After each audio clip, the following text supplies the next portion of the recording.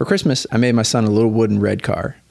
We took it home with the family, and my cousin's daughter really loved it. My cousin said she loves red and she loves cars, so I need to make her one. So that's what we're going to do today. We're going to build a car. The goal for this little project was to only use materials I had on hand. I went with some 1x12 that I had left over from the gaming table project. I'll leave a link to that project video if you want to check it out. I sketched out the general shape of the car and cut it out using a jigsaw. The jigsaw I'm using was a hand-me-down, and it's a big pain to use on 2x materials, so that's why I opted for using some 1x scrap instead.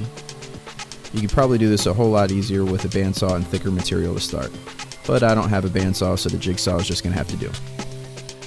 I glued the two halves together and clamped them into place. Once the glue set up, I sanded all of the sides flush with the belt sander. This works well to get the general shape, but it's difficult to get perfect 90-degree sides and edges. Using my radial arm saw, I used a spindle sander attachment and squared up the sides, first with a coarse grit and then moving to a fine grit attachment.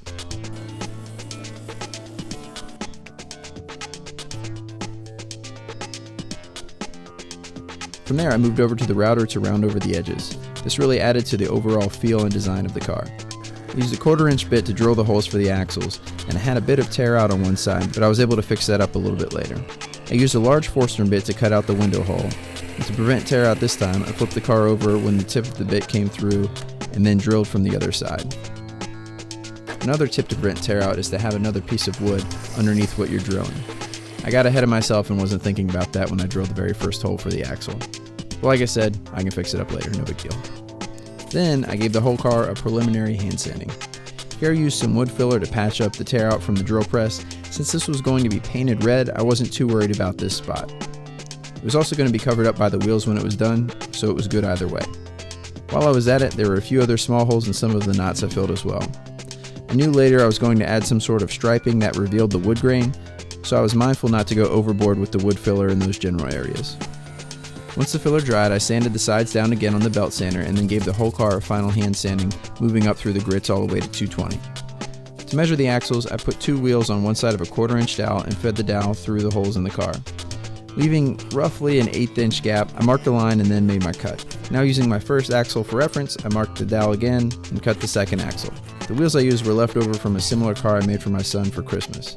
They're really inexpensive and can be found at any arts and crafts or hobby store. To allow the wheels to roll freely, I used a small round file in my drill to sand out the inside of the axle holes. I also put the axles themselves in my drill and sanded them down.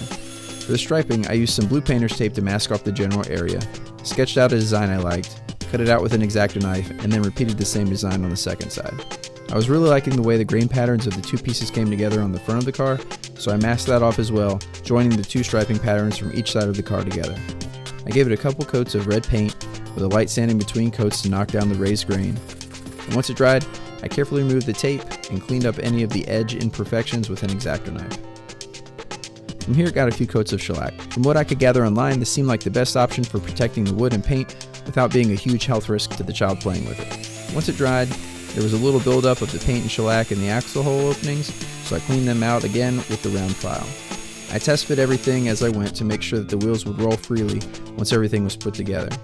The 1/4-inch dowels already fit tightly in the wheels, so tight I actually had to use a hammer and a large nail punch to get them out the first time after the test fit before paint.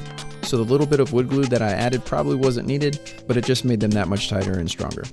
The final test was to make sure all 4 wheels touched the ground at the same time and rolled freely.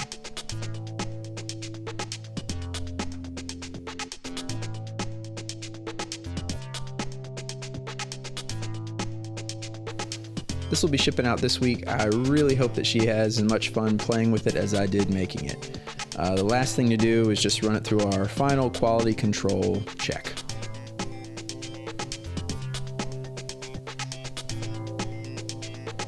If you're interested in more project videos just like this one, make sure that you subscribe. If you have any questions or comments, make sure you leave a comment down below. Also hit that thumbs up button and stick around next week for more project videos just like this one. Thanks.